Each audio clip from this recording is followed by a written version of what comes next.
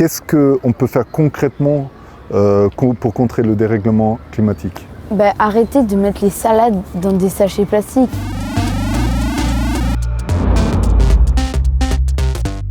Te sens-tu touché par la situation climatique?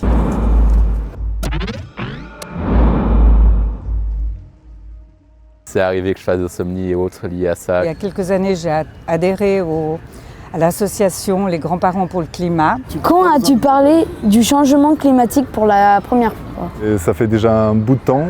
Et toi, La première fois, c'était quand j'étais tout petit. Je me disais que ça ne servait à rien vu qu'il y avait des supérieurs plus que nous. Selon toi, la question climatique concerne-t-elle uniquement les jeunes? Ah ben non, j'espère qu'elle concerne tout le monde. Et quand on a des petits-enfants, on se sent encore plus concerné.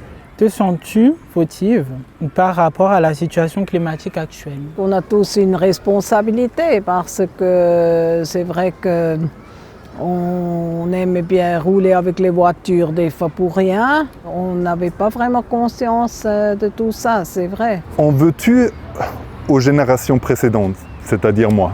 Non, parce que ce n'est pas de ta faute. C'était peut-être ton arrière-grand-père qui a commencé tout ça.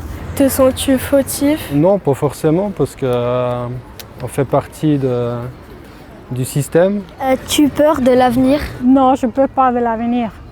Parce que je pense personnellement, quand il y a des problèmes, il y a toujours des solutions possibles. As-tu peur, toi, de l'avenir?